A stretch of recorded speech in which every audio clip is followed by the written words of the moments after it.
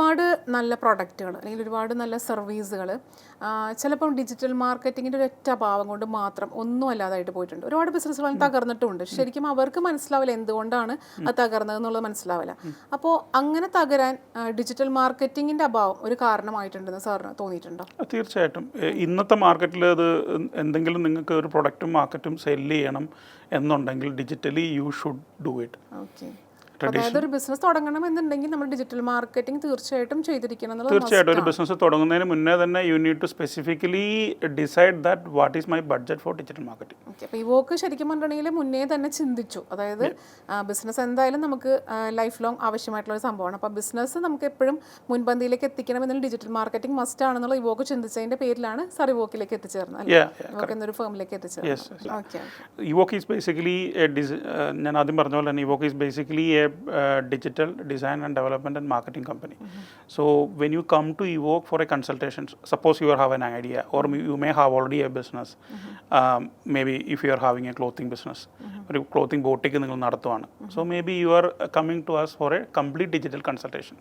നിങ്ങളായിട്ട് couple meeting നടത്തും. അതിൻ്റെ ബേസിൽ നിങ്ങളുടെ പ്രോഡക്ട്സ് നമ്മൾ മനസ്സിലാക്കും, നിങ്ങളുടെ പ്രൈസിങ് മനസ്സിലാക്കും, നിങ്ങളുടെ മാർജിൻസ് മനസ്സിലാക്കും, കറണ്ട് കസ്റ്റമർ ബേസ് എങ്ങനെയാണ് വരുന്നതെന്നുള്ളത് മനസ്സിലാക്കും. അതിനുശേഷം maybe if required we will suggest you an ecommerce where you can sell the products online. അത് നമ്മൾ ബിൽഡ് ചെയ്യും. അത് നമ്മൾ ഏറ്റവും കോസ്റ്റ് എഫക്റ്റീവ് ആയിട്ടുള്ള നിങ്ങൾക്ക് ഏറ്റവും മാർക്കറ്റിംഗ് സപ്പോർട്ട് കിട്ടുന്ന ഏറ്റവും ബെസ്റ്റ് ആയിട്ടുള്ള പ്ലാറ്റ്ഫോം ഏതാണെന്ന് ഐഡൻറ്റിഫൈ ചെയ്ത് അത് നമ്മൾ ബിൽഡ് ചെയ്യും ആദ്യം. അതിനുശേഷം നിങ്ങളുടെ ഡിജിറ്റൽ മാർക്കറ്റിംഗ് കംപ്ലീറ്റ് ആയിട്ട് നമ്മൾ ഏറ്റെടുക്കും. So we will do the marketing also. That means like it's A complete solution for your building your e-commerce and doing the marketing online. Okay. Digital marketing, when you are considering digital marketing for different type of businesses, the approach towards is അല്ലെങ്കിൽ ഒരു strategy towards നമ്മൾ depend ചെയ്യുന്നത് depends on your business ആണ്. അല്ലെങ്കിൽ നിങ്ങളുടെ product, നിങ്ങളുടെ service അത് ഏത് കസ്റ്റമർ ബേസിലേക്ക് എത്തുന്നു, അത് ഏത് ജിയോഗ്രഫിയാണ്. ഫോർ എക്സാമ്പിൾ ഇപ്പോൾ കൊച്ചി ചെയ്യുന്ന അതേ പാറ്റേൺ ആയിരിക്കില്ല ദുബായ് ചെയ്യുന്നത്, ദുബായ് ചെയ്യുന്ന പാറ്റേൺ ആയിരിക്കില്ല ന്യൂയോർക്ക് ചെയ്യുന്നത്. കാര്യം ഓരോ സ്ഥലത്തുള്ള കസ്റ്റമർ ബേസും അവരുടെ ബിഹേവിങ്ങും ഡിഫറെൻ്റ് ആണ്. ഇവിടെ ചെയ്യുന്ന അതേ പാറ്റേൺ നമുക്ക് വേറൊരു കൺട്രി പോയിട്ട് അപ്ലൈ ചെയ്യാൻ പറ്റത്തില്ല. സോ അതെല്ലാം പഠിച്ച ശേഷമാണ് നമ്മൾ മാർക്കറ്റിങ്ങിൻ്റെ സ്ട്രാറ്റജി ഉണ്ടാക്കുന്നത്. എത്ര സ്പെൻഡ് ചെയ്യണം, ഏത് ടൈപ്പ് ഓഫ് അഡ്വർടൈസ്മെൻറ്റുകൾ ചൂസ് ചെയ്യണം, ഏതൊക്കെ പ്ലാറ്റ്ഫോമിൽ നമ്മൾ അഡ്വർടൈസ് ചെയ്യണം, ഇതെല്ലാം നമ്മൾ ചെയ്യുന്നത് ബിസിനസ്സിനെ മനസ്സിലാക്കിയ ശേഷമാണ്. സോ ആദ്യം നമ്മൾ ചെയ്യുന്നത് first we will study you and your business. അപ്പോൾ ഞാൻ കേട്ടിട്ടുണ്ട് സാറിൻ്റെയൊക്കെ ഒരു ക്ലയൻ്റാണ് നമ്മുടെ EMR, അതായത് ദുബായ് EMR എന്നുള്ള വലിയ കമ്പനികൾ. അപ്പോൾ അങ്ങനത്തെ വൻകിട ഭീമന്മാരായിട്ടുള്ള കമ്പനികളിലേക്ക് എങ്ങനെയാണ് ഇവോക്ക് എത്തിച്ചേർന്നത്? ഇവോക്ക് കൂടുതൽ പ്രൊജക്ട്സും, അതായത് വലിയ പ്രൊജക്ട്സ്, ഇപ്പോൾ ഫോർ എക്സാമ്പിൾ എമിറേറ്റ്സ്, MR അതുപോലെയുള്ള വലിയ ക്ലയൻസിലേക്ക് ഇവോക്ക് എത്തുന്നത്. ഇവോക്ക് ഡിജിറ്റൽ ഏജൻസികളുടെ സപ്ലയറായിട്ട് വർക്ക് ചെയ്യുന്നുണ്ട്. ഫോർ എക്സാമ്പിൾ ഇപ്പോൾ ബെയ്റ്റ്സ്പാൻ ഗൾഫ് എന്ന് പറഞ്ഞിട്ട് GCC ബേസ്ഡ് ആയിട്ടുള്ള ഒരു ഭീമനായിട്ടുള്ള കമ്പനിയുണ്ട്. So they are not a digital marketing company, they are a digital company, if I say. I mean, they do, like I said, design, development and marketing. So they do everything, even branding, they do everything. So അവർക്ക് development segment ഇല്ല, അതായത് അവർക്ക് development അവർ ചെയ്യത്തില്ല. അതായത് if they want to do a website, if they want to do an ecommerce, അവർക്ക് അതിന് വേണ്ടിയിട്ടുള്ള റിസോഴ്സസ് ഒന്നുമില്ല. So they do outsource to other companies. So അവരുടെ സപ്ലയർ ആവുക എന്ന് പറഞ്ഞാൽ it's not like an easy task, but we are a number 1 supplier for ബെയ്റ്റ്സ്പാൻ Gulf. It's a great thing, right? Okay. അപ്പോൾ അങ്ങനെ EMR മാത്രമല്ല ഒരുപാട് കമ്പനീസ് നമുക്ക് ഉണ്ടെന്ന് പറഞ്ഞു. അപ്പോൾ ഇവിടെ ഇന്ത്യയിലല്ലാതെ പിന്നെ പുറത്തെവിടേക്കാണ് ഇവോക്കിൻ്റെ ഓഫീസുകൾ? നമുക്ക് ബേസിക്കലി ഇവോക്കിൻ്റെ ഓഫീസ് കാനഡയിൽ ഒരു ഓഫീസുണ്ട്, ഒമാൻ ഒരു ഓഫീസുണ്ട്, ദുബായ് ഒരു ഓഫീസുണ്ട്. ഇപ്പോൾ എത്രത്തോളം ക്ലയൻസ് ഉണ്ട് അല്ലെങ്കിൽ എത്രത്തോളം സ്റ്റാഫ് ഉണ്ട്? സ്റ്റാഫ് ഇപ്പം കൊച്ചിയിൽ 40 പേരാണ് സ്റ്റാഫായിട്ടുള്ളത്. നമ്മുടെ ബാക്കിയുള്ള ഓഫീസിലോട് കൂടി 10 പേര്, അങ്ങനെ ഒരു 50 മെമ്പേഴ്സ് ടീമാണ് നമുക്കുള്ളത് ആക്ച്വലി. ഓക്കെ. അപ്പം ക്ലയൻസ് ആയാലും അല്ലെങ്കിൽ സ്റ്റാഫ് ആയാലും 100% സാറ്റിസ്ഫൈ ഹാപ്പി ആണെന്ന് സാറിന് പറയാൻ പറ്റും? തീർച്ചയായിട്ടും. കാരണം എനിക്ക് തോന്നുന്നത് customer satisfaction we were at 99% I should say. Maybe 1% maybe there, but I don't know, but there may be. But 99% customers are satisfied. Why I am saying that is actually ഈ digital marketing നമ്മൾ 10 years ആയിട്ട് ചെയ്യുന്നുണ്ടെന്ന് പറഞ്ഞല്ലോ. നമ്മുടെ ഇപ്പോൾ ഉള്ള ക്ലയൻസിനകത്തൊരു 40% ക്ലയൻസും almost 8 to 9 years ആയ clients ആണ്. സോ ഇറ്റ്സ് നോട്ട് ലൈക്ക് ഒരു 1 year 2 year ആയ ക്ലയൻസ് അല്ല. So they are staying with us for more than 9 or 10 years. അപ്പോൾ തുടങ്ങിയ കാലം തൊട്ടുള്ള ക്ലയൻസ് ആണ് ഇപ്പോൾ ഞാൻ മെയിൻറ്റെയിൻ ചെയ്യുന്നുണ്ട്. 40% clients are still that old clients. That's also great. Great thing. Evoke തുടങ്ങിയതിന് ശേഷം അല്ലെങ്കിൽ അതിൻ്റെ പാതയിലൂടെ സഞ്ചരിച്ചുകൊണ്ടിരിക്കുമ്പോൾ എന്തെല്ലാം കോൺഫ്ലിക്റ്റുകൾ അല്ലെങ്കിൽ എന്തെല്ലാം സ്ട്രഗിൾസ് ആണ് സാറിന് നേരിടേണ്ടി വന്നിട്ടുള്ളത്? First struggle was when you are starting the company. That was a painful thing when you starting anything. അന്നേരമാണ് ഞാൻ ആദ്യം പറഞ്ഞ പോലെ ഈ IT company, I worked in IT background, but I don't know because those are very Fortune big കമ്പനീസിലാണ് ഞാൻ work ചെയ്തത്. So അവരുടെ മാർക്കറ്റിംഗ് ഡിപ്പാർട്ട്മെൻറ്റും മാർക്കറ്റിംഗ് ഡിവിഷനൊക്കെ എങ്ങനെ വർക്ക് ചെയ്യുന്നത് I don't have an idea. അപ്പോൾ അതായിരുന്നു ഏറ്റവും പെയിൻഫുൾ, ഇതിൻ്റെ marketing.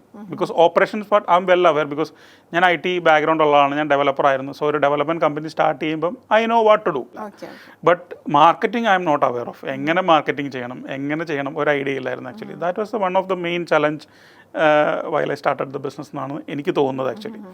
So when I started the business, I started in a 200, not even 200, maybe ഒരു 150 square feet of ഓഫീസായിരുന്നു സ്റ്റാർട്ട് ചെയ്ത് കൊച്ചി തന്നെ. ദാറ്റ് ഓൾസോ ഇൻ ഒരു അപ്പാർട്ട്മെൻറ്റിൻ്റെ ഏറ്റവും ടോപ്പ് ബിൽഡിങ്ങിനകത്ത് സെക്യൂരിറ്റിക്ക് താമസിക്കാൻ വേണ്ടിയിട്ടൊരു ഒരു സ്പേസ് ഉണ്ടായിരുന്നു. അതാണ് that was my first office. I think 5,000 something rent. I think അതൊരു ടോയ്ലറ്റും ഒരു 200 square feet office.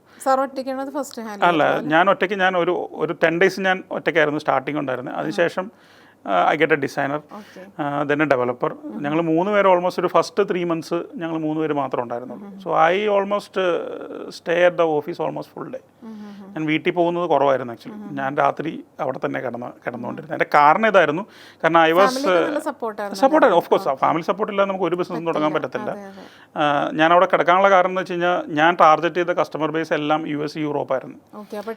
Time adjust ചെയ്യാൻ വേണ്ടിയിട്ട് ഞാൻ അവിടെ കിടക്കും. അപ്പോൾ പകൽ ഞാൻ വർക്ക് ചെയ്യും, രാത്രി എഴുന്നേറ്റ് ഇവരുടെ മെസ്സേജസ് റിപ്ലൈ ചെയ്യാൻ അങ്ങനത്തെ കാര്യത്തിന് വേണ്ടിയിട്ട് ഞാൻ അവിടെ കിടക്കും. I got first project I think $50 something. അത് ഒരു ജർമ്മൻ ക്ലയൻ്റ് ആയിരുന്നു. അത് 3rd month ആ ക്ലയൻ്റാണ് പിന്നീട് നമ്മുടെ നെക്സ്റ്റ് 2 yearsലേക്ക് നമ്മുടെ ഫുൾ സ്റ്റാഫിനെയും ഒരു 30 member സ്റ്റാഫ് പുള്ളിക്ക് വേണമെന്ന് പറഞ്ഞ് പുള്ളിക്ക് വേണ്ടിയിട്ട് ഞാൻ ഇവിടെ ബാക്ക് ഓഫീസ് സെറ്റപ്പ് ചെയ്ത് ഓൾമോസ്റ്റ് 2 years ആ ഒരു ക്ലയൻറ്റ് തന്നെയായിരുന്നു കമ്പനി പിന്നെ പോയത്.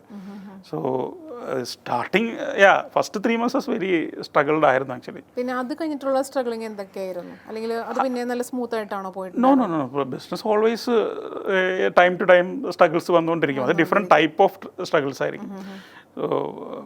താങ്ക് ഗോഡ് ഫിനാൻഷ്യൽ ക്രൈസിസും അങ്ങനത്തെ ഇഷ്യൂസ് ഒന്നും എനിക്ക് ഫേസ് ചെയ്യേണ്ട വന്നിട്ടില്ല.